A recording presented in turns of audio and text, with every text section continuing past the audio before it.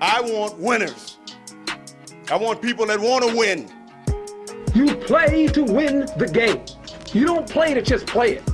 You got to put your money where your mouth is, Pete. It's not gambling advice.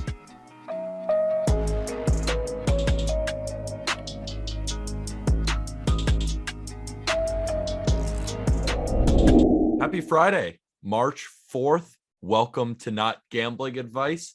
Today, we are ranking top 10 fantasy second basemen. On Wednesday's episode, we ranked the top 30 from 30 to 11. And on Friday today, we do 10 to 1. But before we get into it, I'm welcoming on, of course, my co-host, Colby Olson. What's up, dude? You're in the office today. Feeling good? How are you? I'm feeling good, dude. I'm feeling good. I'm technically in our studio. But yeah, doing well, man. It's pretty nice out and enjoying New York City. So I can't wait to get into second baseman. Let's do it. And we didn't get to touch on this in the last episode, but I think it's really important when we talk about strategy when it comes to fantasy baseball and each different position. We talked about first base and how the position is just so incredibly loaded that there are guys in the 20 range that you could grab who will do just as well, especially in the catchers. Maybe if you can't grab Salvador Perez or Will Smith early, maybe it's a better idea to wait. What about second base? How do you play this position? I think second base is much different from catcher and first base because a lot of the second basemen have shortstop eligibility, or they have third base eligibility, or some of them even have first base eligibility, like we've seen with LeMahieu or Ty France or Max Muncy. But yeah, I don't think there's as much pressure on like, I need to grab a second baseman now. I think you can grab one anytime because a lot of them can be slotted in a lot of different places on your team. I agree. And when we went over the 30 to the 20, when 30 to 11 ranks, you know, there are still like a lot of really good players. I mean, we talked about Max Muncy, we talked about Tommy Edman, Cronenworth, Ty France, DJ LeMahieu. There are so many good names that I would love to have on my fantasy team. It's just all about how you draft. Because remember, we're doing a 5x5 league. Home runs, RBIs, runs, batting average, and stolen base. So that's what we're looking at. Yep. So we might as well just start. Yeah, one thing before you get into 10, I think I would emphasize grabbing one of these 10. I would not want to leave my draft without one of these 10. There's a lot of stolen bases to go around within this 10, and you're probably going to want a really good second baseman because it's a very star-studded position. Absolutely. So let's start with a star in the making. At number 10, we have Jazz Chisholm of the Miami Marlins. Could Jazz Chisholm? He's shaking his head. We don't have he's 11. He's 11. All right, we have Jonathan India at number 10. That's of course my fault. No worries. At number 10, we have Jonathan India of the Cincinnati Reds. So the National League Rookie of the Year finished top 10 as a second baseman in 2021 in 5x5 leagues, and I don't see any reason why he can't do it again. India hit 269 last year with 21 bobs and 12 steals, add in 100 runs and 70 RBIs, and you have a guy that checks all 5 categories. But will he do it again is the big question. And I think he can to a degree. I mean, you know, I'm always worried about the sophomore slump, but he hit 45% of his balls on the ground last year while being in the lower third of average exit velocity and hard hit rate. And he's currently being drafted as the number 11 second baseman on boards. Do you think Jonathan India will take a step forward in 2021? Do you think he might take a step back, or do you think we'll see a lot of the same from last year? I could see a lot of the same from last year. I don't think that there's a ceiling to go up from here, though. I don't think the power potential is really there beyond what he did last year, but 21 home runs. His hard hit rate is about league average at 38%. And I don't really see a leap to 25 or 30 home runs. What do you think about that? You know, I think it's a leap to say 30, but I don't think 25 is that out of the question. He's got a great swing, and he's a professional hitter, right? He was picked 5th overall. This isn't some, 5th or 6th rounder who came burst onto the scene. Jonathan India was always expected to hit. I wouldn't be shocked if he hit 30, but I really think that's a bit too much for Jonathan India. He's a leadoff hitter. He'll get you a lot of runs, and I think 12 to 15 stolen bases could happen.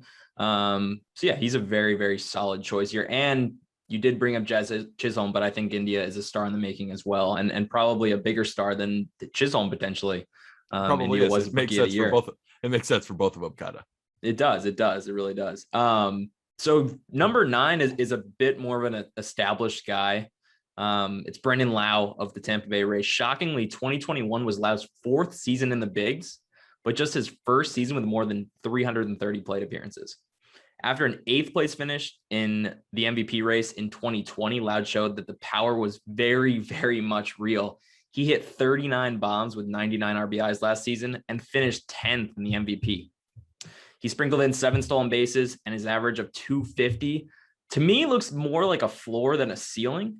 I think he can do more than 250 next year, and he's an everyday hitter in this Rays lineup, and he's going to have a ton of potential to near 100 runs and probably go above 100 runs next year.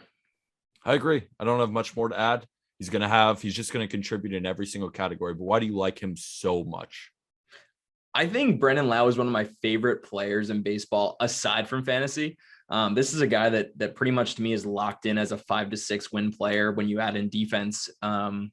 He's a leadoff hitter that's going to hit 40 home runs. That's a very, very rare skill set to have. And Wander Franco makes this Rays lineup that much better. He's also a pretty efficient base stealer, 7 out of 8. And if you look through, he hasn't stolen that many bases, but he rarely gets caught. He's just like a smart runner. Also, the only thing is, out of our top 10, he's probably might hit you for the lowest batting average, 247 last year. And I don't really see him boosting that up into the 260 range. I think he's a guy who kind of does sell out for power because that's his role on the Tampa Bay Rays.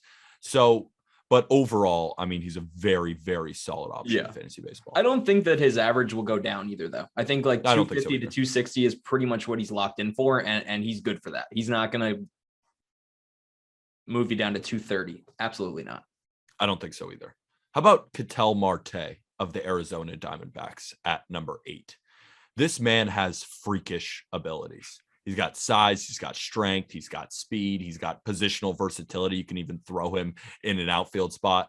And if he stays healthy for a full season, the sky is absolutely the limit.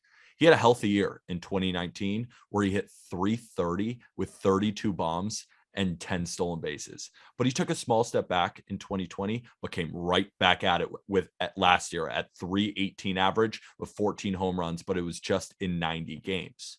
Unfortunately, that's the thing you're probably going to have to monitor with Ketel Marte. It's health. He's played over almost 120 games just twice in his 7 seasons so far.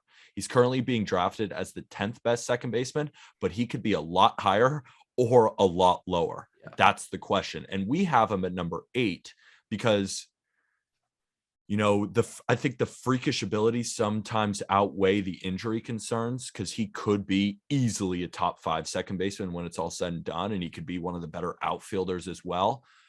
How do you draft Ketel Marte?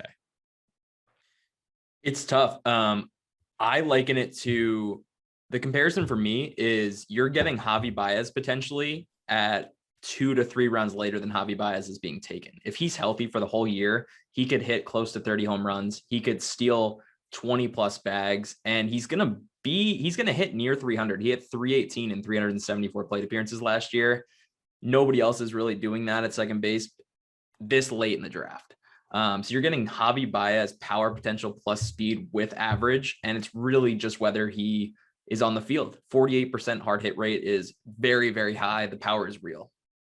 Power is absolutely real. I mean, there's a story. My friend Dustin Demeter, one of his good buddies, was hitting in the cage with Ketel Marte, and he said that Ketel Marte walked into the batting cage shirtless without taking any warm-ups and was hitting 110 mile an hour pellets the opposite way in the cage. That's what they were tracking him at. Just came in, listening to a speaker, and just started raking like this. When I say freakish abilities, I'm not being, I'm not over exaggerating here. He's a freak of nature. He's freakish. He's a freak athlete. 210 pounds. Which opens him up to injury risk too, which sucks. Yeah. It really does suck because when he's on the field, he could potentially be an MVP candidate because he's that skilled. And we spoke about him on the Just Baseball show. He kind of gives me the Jose Reyes effect in a way when it comes to injuries. Just someone who is too fast for their own body. It's like Byron Buxton as well. they can't keep up with the amount of torque. Jacob deGrom, another guy. How many times can the human body throw 102 miles an hour without suffering some sort of setback? It's kind of the same with Ketel Marte, Byron Buxton, a lot of these crazy athletes in baseball. I just wish they could stay on the field for 162. Absolutely. Well, I brought up Javier Baez, and he's next on our list at 7. Over the last 3 seasons, Baez has averaged 31 home runs, 90 runs, and 94 RBIs, and 17 stolen bases over the last 3 seasons. That is an unbelievable average to set. And while last year was kind of a tale of 2 seasons, he struggled to begin the year with the Chicago Cubs. He hit 250, but upon his trade to the New York Mets, everything changed. He finished the year hitting 295. And his strikeout rate went from 36% all the way down to 28%. I'm not going to say that change is real per se, because pitchers were just not pitching to him at the end of the year. It was pretty apparent that like they were just going to throw the ball out of the zone and hope that he swung. And he just said, I'm not going to swing. But this is a guy, like I said, if you average 31 home runs, 90 runs, 94 RBIs, 17 stolen bases, and he can mix in 260 to 270, he doesn't hit 230 like a lot of people may think. He hits pretty good average. I love him. What do you think? My only thing is I'm curious how the move to Detroit, how he's going to do, because that ballpark is just enormous. You know what I'm saying as well? I like Javi Baez personally. I don't think I'm going to draft him, but if he were to fall a little bit in drafts, I think he's a guy that you definitely should nab because, you know, to your point, maybe a lot of people think, you know, he strikes out so much, he must hit 230. What's he going to do next year? I still think he's going to be great next year.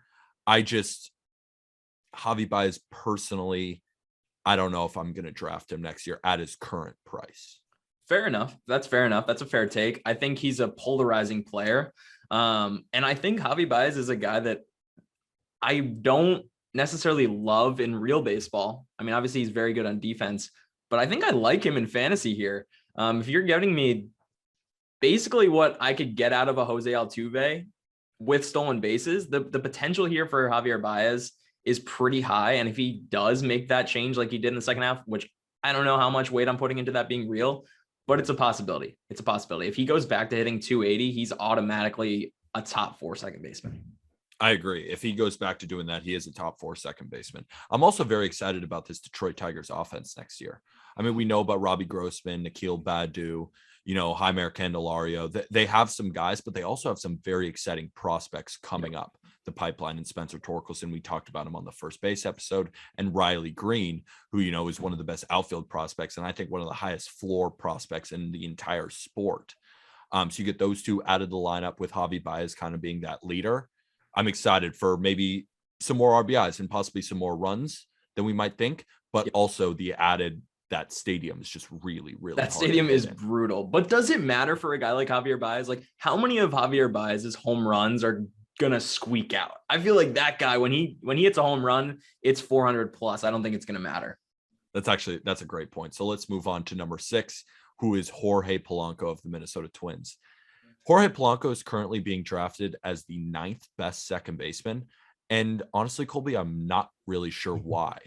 The man hit 269 last year with 33 bombs, 11 stolen bases, and 95 plus runs and RBIs. I'm not sure what he can't do. I mean, he doesn't hit the ball all that hard. He finished below average in hard hit rate, but he keeps the ball in the air a lot, allowing for plenty of home runs and doubles, which he hit 35 doubles last year. And he's just been extremely durable as well. He's not missing more than a few games here or there.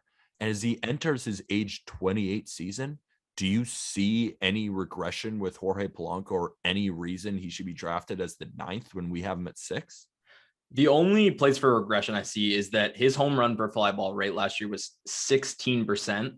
His highest rate before last season was 9.6%. So I'm not sure that 16% home run per fly ball rate is sustainable for him because, like you said, his hard hit rate is below average, 37%. That's way below league average. I don't know if he can repeat the home run numbers that we saw him put up last year. But I think he's a good bet to at least approach it because he does hit the ball in the air a lot. Yeah, that's the thing. He hits the ball in the air so much. So do you think the home run to fly ball rate, if he's hitting the ball in the air so much and hitting so many home runs, I guess those two kind of still equate to each other. I don't see 33 home runs again. I don't, but I could get behind similar average and maybe even a better average and 25 bombs easily. And he's going to be hitting at the heart of that Twins lineup. I think the runs and RBIs numbers are right there. And I still think he's very, very valuable, even if he only hits 25 home runs. I think that's a possibility. I just think I could easily see 30. I really could see 30, especially because he's so durable.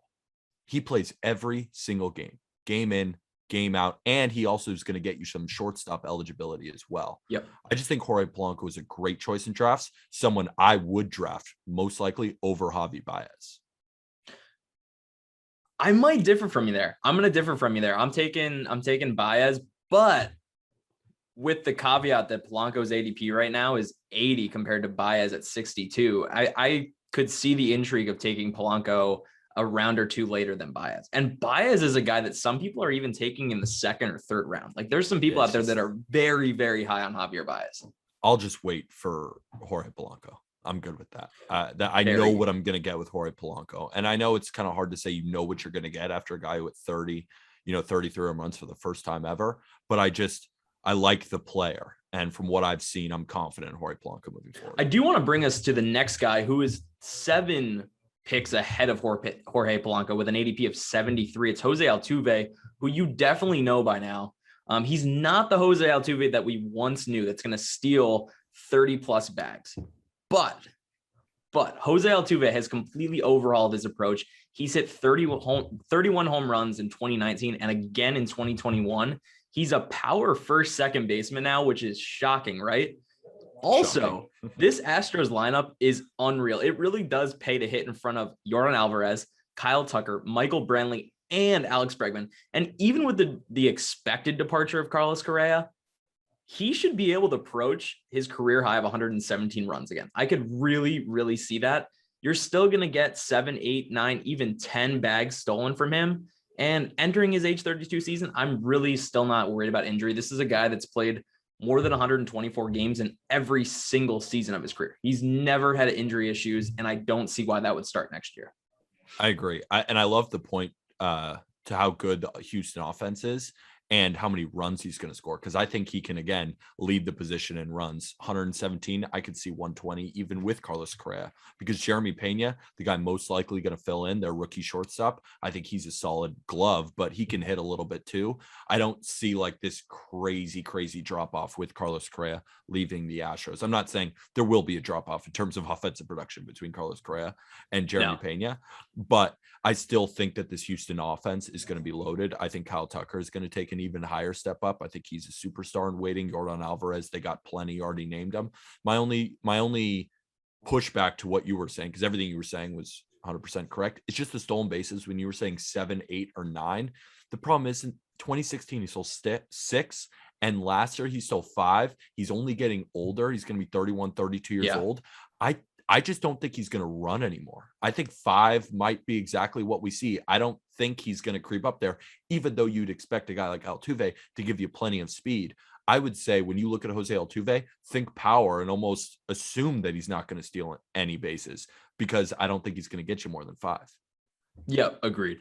I do like that Astros lineup now that Tucker is basically going to move into where Correa was, and he's going to hit in that 3 or 4 hole now. He was sitting in the 7 hole last year. I think it almost makes that lineup better.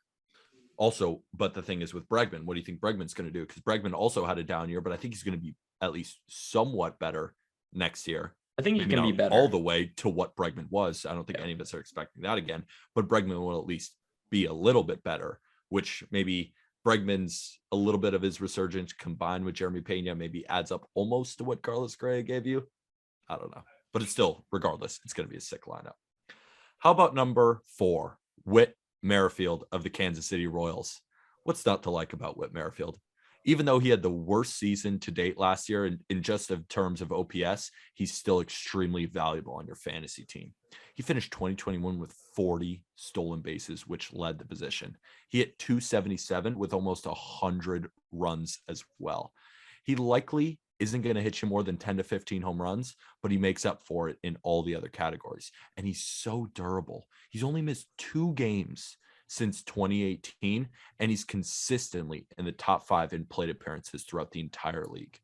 You know you'll get plenty of volume, and he qualifies in the outfield. That's why you're seeing him being drafted in the 30 to 35 range and the 3rd second baseman off the board. My only worry is that seems a little early for Whit Merrifield, but stolen bases, he could win you that category by himself.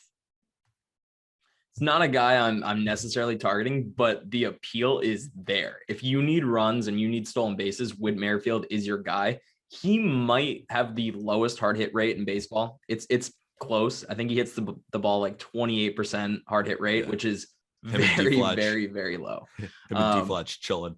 Literally. But it doesn't matter in fantasy for him because he's gonna steal 40 plus bags. He's gonna be probably over 100 runs next year. I think 97 could be on the low end for him, especially with Bobby Whit entering that lineup, Nick Pratto potentially entering that lineup, MJ Melendez entering that lineup. And maybe that doesn't impact Merrifield this year. Maybe that's more of a 2023 thing for him because those guys are still in the minor leagues and we don't know exactly when they're going to come up besides Bobby Whit. But yeah, I think his price point is really high here, but you can't ignore 40 stolen base upside because not many guys have it. I think only a few. And another thing I'm going to harp on because I love this, the durability aspect. Like, day in and day out, Whit Merrifield is coming to the field and he's just going to hit and he's just going to play good defense. You don't really care about the defense. He hasn't missed a game in 3 years. Yeah, he doesn't miss games. He just straight up doesn't miss games. So that's another thing where I know I can count on Whit Merrifield day in and day out of my fantasy team. Yep. The next guy is very, very different from Whit Merrifield because I think the gap here in real life is very, very different, but in fantasy, it definitely is not. It's Marcus Semien of now the Texas Rangers. So Semien was nothing short of disappointing in 2020. He had a very, very down year, bet on himself, went to the Blue Jays on a 1-year deal. That may be the single best decision that Marcus Semien has made in his whole entire life and may make ever in his whole entire life. I think it is. Last year with the Blue Jays, he hit 45 home runs with 102 RBIs and 115 runs. It showed that 2019, where he had 33 home runs, was definitely not a fluke. He finished 3rd place in the MVP and then signed a 7-year, $175 million contract. Do I think he can repeat 45 home runs next year? I don't think so. I really, really do not think so. But I think a move back to 33 home runs, 30 to 35 home runs is somewhat likely. The Rangers ballpark is not the best hitters ballpark, the new one. But really, I think in the middle, he's going to hit 2nd or 3rd in that Rangers lineup with Corey Seager either right in front of him or right behind him. And he's going to have the upside to do what he did last year in runs and RBIs and probably not hit 45 home runs again. What do you think? I'm trying to see where he's getting drafted right now because currently he's going right after Whit Merrifield. I would prefer Marcus Semien to Whit Merrifield, and I kind of agree with you. I don't think 45 home runs is going to happen ever again in his career, but that doesn't mean that he's going to regress to back to 2020 or even 2018 or something worse than that. I think 2019 is kind of the baseline year that we should look at as what we should see in 2022. New place, first year in the deal. There have been plenty of guys who've been great in their first year and been plenty of guys who have not been great in their first year. Most notably recently, Francisco Lindor, not great in his first year with the Mets. Anthony Rendon, of course, he was dealing with injuries, but first year in the Angels, not great either. But there are some success stories. I think Marcus Semien getting drafted after Whit Merrifield is great value. That's why we have him at number 3. And if I don't grab, if I don't grab Semien, Albies, or Turner, I'm waiting. But I think you got to grab one of these guys within the top 10. You got to put them on one of your team. And Marcus Semien is a phenomenal option, especially because you get shortstop. I think the only thing that's vying against Marcus Semien is his expected stats last year were not even close to the numbers he put up. His X slugging was almost 100 points less than the slugging percentage he put up. And you have to remember the Blue Jays were playing in that launch pad in Dunedin and in Buffalo for half of the year. And for a guy like Semien, where a lot of his home runs are going to be on that more fringy side where they're not going to be 430 feet. Like some of them will, but not a lot of them. But he does have more than 10 stolen bases in the last 6 seasons, and you pretty much know what you're getting there. I mean, you really kind of know what you're getting here with Semien, but I wouldn't expect what he did last year. I agree. I mean, it's just hard to expect last year. Right now, what I am attempting to pull up is Marcus Semien's first and second half splits. I want to see exactly, the first half when they were playing at Dunedin and Buffalo, where he hit most of his home runs. And my stupid computer is just taking about an hour to load.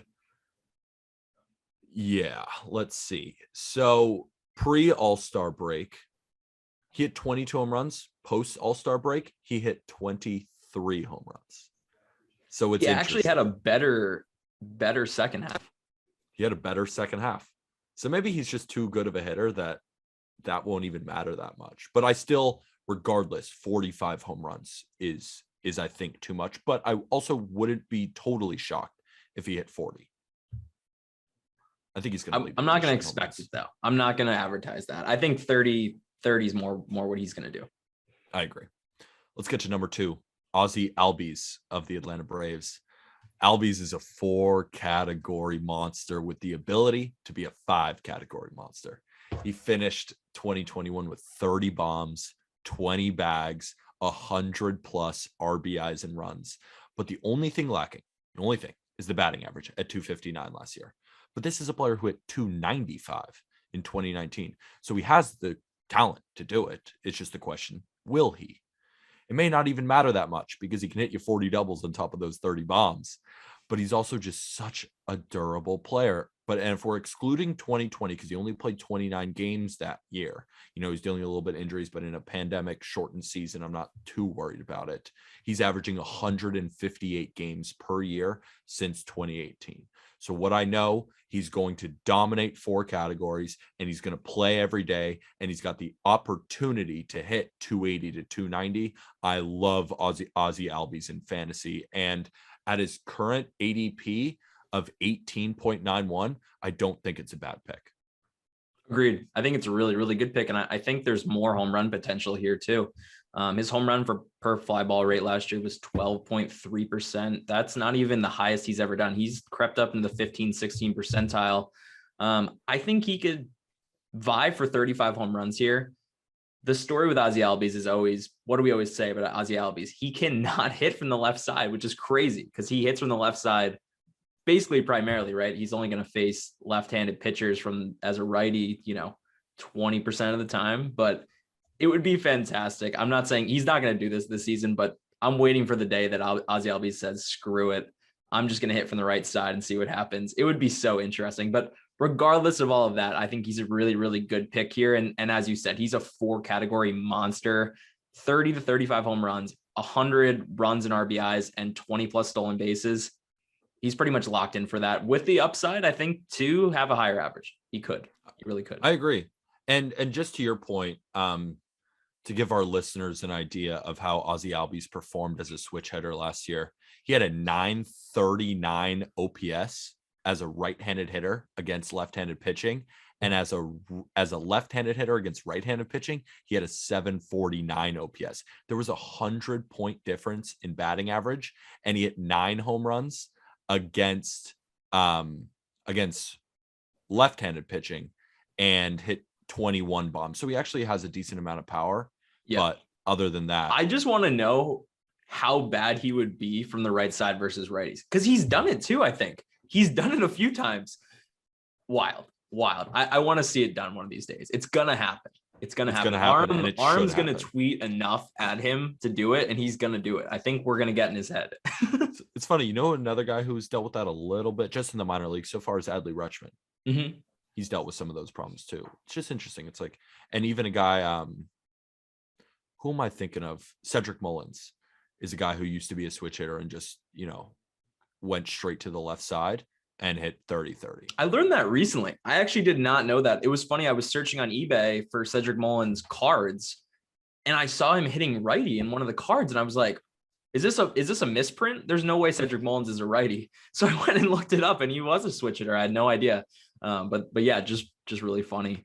So that brings us to the number one second baseman, but also the number one overall fantasy player. It's Trea Turner, who also plays shortstop, but he has the second base eligibility as well. So yeah, he's number one by ADP, number one in my heart. He's a baseball player's baseball player. He's stolen 32 plus bases in 5 straight full seasons and has hit 304 over the last 6 years.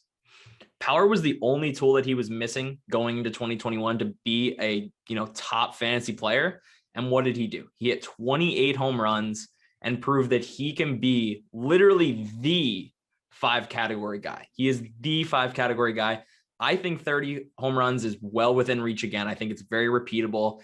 He had a career high hard hit rate. And in this Dodgers lineup, I could see even more than 77 RBIs next year. I think he might hit leadoff sometimes, but I think he's going to hit in the 2 and 3 hole as well. And I think he's going to have the opportunity to drive in Mookie Betts a lot. I love Trea Turner, and I'd pick him second overall, right after Fernando Tatis Jr., because I'm just obsessed with him, and I think this is going to be the MVP year. That's just your shtick. It's just the way it is. I'm not worried about I'm slightly worried about the injuries, but it's just he's the actual ultimate 5 category beast. And the only reason I say that about Trea Turner is, why do you think the power is going to stay? Because this is a guy who, 2016, 13 home runs, then 11, then 19, then 19, then 12, then 18, then 10, then 28. And you said 30 home runs. So I just want to know why. Because I don't think it's out of the realm of possibility. I'm just curious as to why. Yeah. No, you just want to give the viewers more insight as to why. Absolutely. His hard hit rate went up to 46% last year. And he's just proven that he could hit 20 home runs before with a hard hit rate about 39, 40%, which is league average. When you creep up that much more and you're hitting baseballs that much harder, it's only going to help you hit more home runs. If he comes back next year with a 46% hard hit rate, and I think he could actually go higher than that because Trea Turner is still getting better, as crazy as that may sound. He could even creep up to 50% hard hit rate and just turn into like the MVP candidate. He could win MVP this year. I think that's a likely outcome. I don't have the home run to fly ball rates in front of me, but what I do have is how many ground balls he hits, fly balls, line drives, and he hits about 46% of balls on the ground. And it's which is fine for me. I think it's sustainable. It's sustainable, but it's just, the thing is, for all the balls that he hits in the air, he has to do a lot of damage to hit 30 home runs. Yep. And I just think what we're more likely going to see is like 20 to 25 home runs from Trea Turner. But then everything else is going to be absolutely elite. So the only reason I'm going to contest you on that one is because in 2020, his home run per fly ball rate was 17%. It was 17% last year. So in 2020, he hit 12 home runs in 60 games. Extrapolate that over a full season. What is that, Peter? I mean, that's over 30 home runs. I think over 30 home runs is definitely not out of the question. And I think 28 is basically on the dot number. All the projection systems have him at 28, 29, 27. The lowest has him at 25 home runs. I think the projection systems are historically conservative. I think 30 home runs is probably where I'm going to set him at. It's pretty ambitious, but am I talking you into this? I hope I'm talking you into this. You are kind of talking me into this. I don't know. It's hard for you to talk me into like putting him at 30 home runs. You know what I'm saying? Like, he's going to set another record in home runs in his career in a single season. I'm just slightly worried about that, but that's also me trying to poke holes in the number one fantasy player. Like, every other thing, he's going to be amazing. This is a guy who could hit you. Yep. He could probably win another batting title, hit you 330. He's going to have so many runs in that Dodgers lineup. He may actually have more runs than Jose Altuve. And then the RBIs, he's going to have plenty of them too. I just don't know. I'm a little bit more down on the power, but I also don't really disagree with you because your analysis is sound, so he could easily do it. I just, watching him swing, knowing that he doesn't put the ball in the air that much, I just have a hard time thinking to myself, Trea Turner is a 30 home run guy. You know what I'm saying? It is hard to imagine when you think about Trea Turner 3 years ago, but after watching Trea Turner last year, he destroys baseballs now. He does pulverize baseballs. It's like we have to recalibrate our thinking of the way Trea Turner plays baseball, because now he's just the ultimate power speed guy, and it's crazy. But I want to not wrap up here, but I kind of want to do an overview. Who do you think 10-1 here is a guy that's going to overperform on their ADP, and a guy that you think is a big risk to not perform to their current ADP? And these are guys that probably you're targeting and one guy that you're staying away from. So I'm staying away from Javi Baez, but I'm actually probably staying away from Ketel Marte. I'm always going to be worried about the injuries. I'm worried that in Arizona, if they don't trade him, that he's not going to have any real reason to just like come back and like, oh, I need to get back in the game. So, but Ketel Marte, again, has the opportunity to be a top 5, even top 3 second baseman with the amount of talent that he has.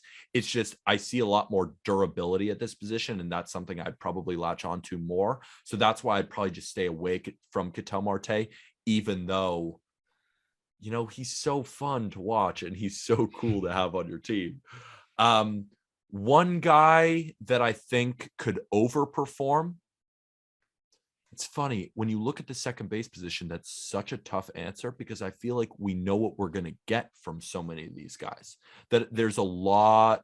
I mean, besides Jonathan India just at the back, because he's going into his sophomore season, there's a lot of veterans, dudes who are durable guys who I know are going to be there. So yep. I've flipped that question back to you. Who do you think is a guy who could overperform? I'm going to go, there's a couple guys. First, I'm going to start back to Trea Turner. I think he's not going to overperform his ADP because he's going first overall, but I think he's going to put up an even better season than last year, especially in the RBI category. He only hit 77 RBIs last year, and I think that's likely because he was with the Nationals for most of the year. And I think the Dodgers moved him away from the leadoff spot to end the year. I think he's going to hit in that 2 and 3 spot and have opportunities to drive in more runs. I could see 90 RBIs and even more runs. I think I'm going to stray away from you on Javier Baez. I think that Javier Baez has the upside here to deliver top 30 fantasy value next year. I'm not saying it's going to happen, but with the floor you're getting with Javier Baez, like I said, 31 home runs on average, 90 runs and RBIs on average with 17 to 20 stolen bases on average. That's a great floor to have. And if those adjustments that he did make in the second half do shine through next year, what I've always said with Javier Baez is he's one slight change away from being such a fantastic player. And obviously you can wait around forever for guys to make that one little change, but I think he's close to making it. And I think he saw at the end of last year that if he does make that slight decrease in K percentage, he's going to break out and be the best Javier Baez he can be. So I think that is my answer there. But back to Ketel Marte, I just kind of want to cover who is going around Ketel Marte and just kind of give an idea of who you can get around his ADP, not at second base even. Like you can get Luis Castillo there. You can get Corey Seager where he's being drafted. Even Jose Barrios is just a little bit above him, but I think I would take those guys probably over Ketel Marte just because they're safer. I agree. Every name Jose Barrios, maybe, but probably. I mean, that's what I'm saying. That would be a decision, but probably, especially like, if I need pitching. Who's the guy that you think will underperform in the top 10? I could see India underperforming here. Like you said, the sophomore slump. I don't really think that the power is real, and I don't really see the upside in that Reds lineup. Obviously, he's going to hit leadoff, and obviously Joey Votto is there. Jesse Winker is still there. But I don't necessarily see a ton of upside for him. Like, I think what he did last year is kind of maybe his ceiling in a way. I think it's a very safe range for him to hit, but I don't think it's that exciting of a guy for me. I really like where Jose Altuve is going right now. Me too. I just kind of want to go back to that. Like, I really like where he's going. I think 73 is kind of a perfect spot for him. I would take him there. I think a lot of people are overhyping his age. I think age 32 for Jose Altuve is absolutely fine. You just can't expect the stolen base numbers, but I don't know. I think a lot of these guys are pretty safe. Jorge Polanco, I could see taking a step back. Like we said, I don't think 33 home runs is going to happen again. I could see him even going 25 or below next year, just because I don't think the hard hit rate mixed with the fly ball rate is very sustainable for 33 home runs. That's where we disagree slightly. Slightly. You said 25. I still think he can hit 30, but that's the fun part about it. We will see. So this is our top 10. At number 10, we have Jonathan India. At number 9, we have Brandon Lau. At number 8, we have Ketel Marte. At number 7, we have Javier Baez. 6, Jorge Polanco. Number 5, Jose Altuve. Number 4, Whit Merrifield. Number 3, Marcus Semien. Number 2, Ozzie Albies. And number 1, and the best overall player in fantasy, according to Colby Olson, and the number 1 player according to ADP, but not according to me. He's number 2 according to me, but very slight according to number 2. But that'll do it for this episode of Not Gambling Advice. We will be back on Monday, and I think we got a good schedule going here, Colby. Mondays, Wednesdays, and Fridays, we're going to be doing more college baseball stuff. We're going to start opening up the futures market because the future odds are coming out as well. And we know we're going to have a season and we need to not gamble on those. So that's all I'm feeling. I think we should talk some college basketball as we get into March Madness as well. Cause I think baseball fan or not, I think everybody's into March Madness, no matter your allegiances to sports. So we'll definitely do some March Madness coverage as well. Absolutely. And we'll call on our good friends, Jack McMullen and Arm Layton, to bring them on too, because there's some college basketball heads. So that'll do it again for Friday's edition of Not Gambling Advice. I'm rocking my JB hoodie. I'm feeling very warm right now. Shout out to Q's, the 315, baby. Colby, instead of wearing just baseball merch, he just wears other people's merch and then shouts it out on the pod. That's what he likes to do. Thank you very much, Colby. But get your just baseball merch in the episode link description. And that'll do it. And with that, peace out, boys. Everybody.